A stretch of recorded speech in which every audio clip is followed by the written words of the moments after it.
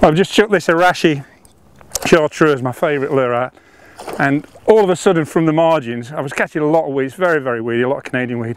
See this big V coming towards it, and I've hooked it's not a massive pike, but it's certainly woke me up, and there you go. So I was using it in a way that you wouldn't probably normally use this lure, as much as I was kind of creeping it across the top and making it just jink around subsurface. It's almost like a surface lure, but just this is meant to dive to 2 or 3 meters.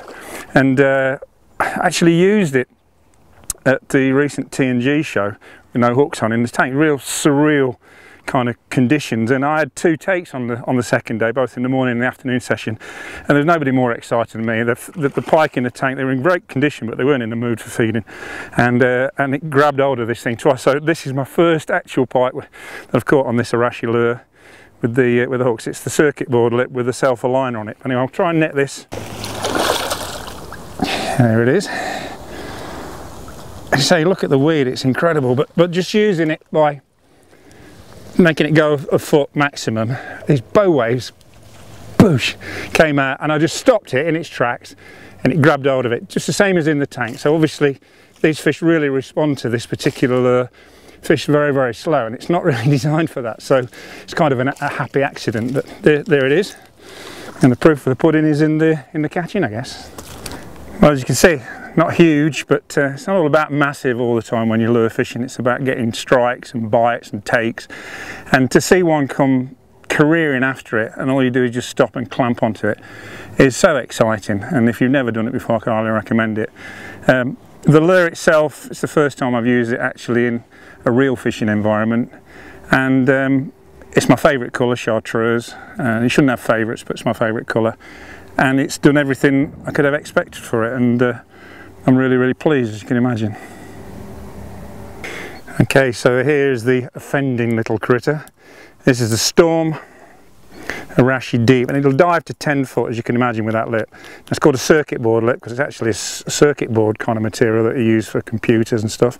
And it's got a self-aligning feature on it, which means when it hits the bottom, when you do actually use it for what it's supposed to be used for, it will hit the bottom and it will carry on planing straight rather than kiting off. And sometimes when a pike is a little bit lazy and it kites off too much, it just leaves it alone, so that's a nice feature. Obviously armed with a couple of really nice trebles, mandatory wire trays, you're fishing for pike.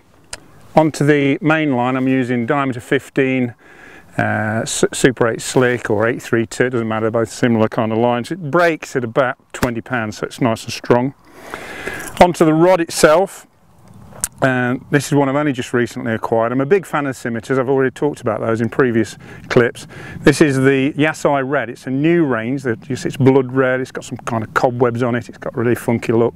It's called the AX Player. It's a 6'6" rod. It's 2-piece, but the actual blank to make up the rod, other than the butt section, is 1 piece. So it's really my kind of rod. A lot of backbone to it.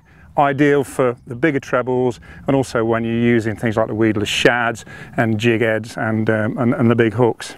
Onto the reel itself, again a new one for me, but fantastic. I'm a big fan of CI4s, but if you can't run to CI4s, this is the Aernos. It's a brand new model. As you can see, it's got a very compact body.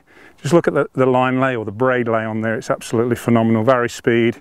It's very, very smooth. A lovely combination, not just aesthetically, but it's perfect setup. So for me, that's where you want to be if you are fishing crankbaits, jig heads, and any kind of diving plug.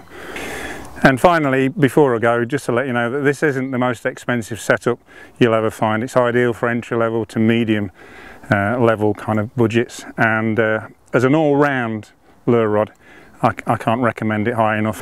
And in terms of the reel, well, it's a Shimano, so what more can I say?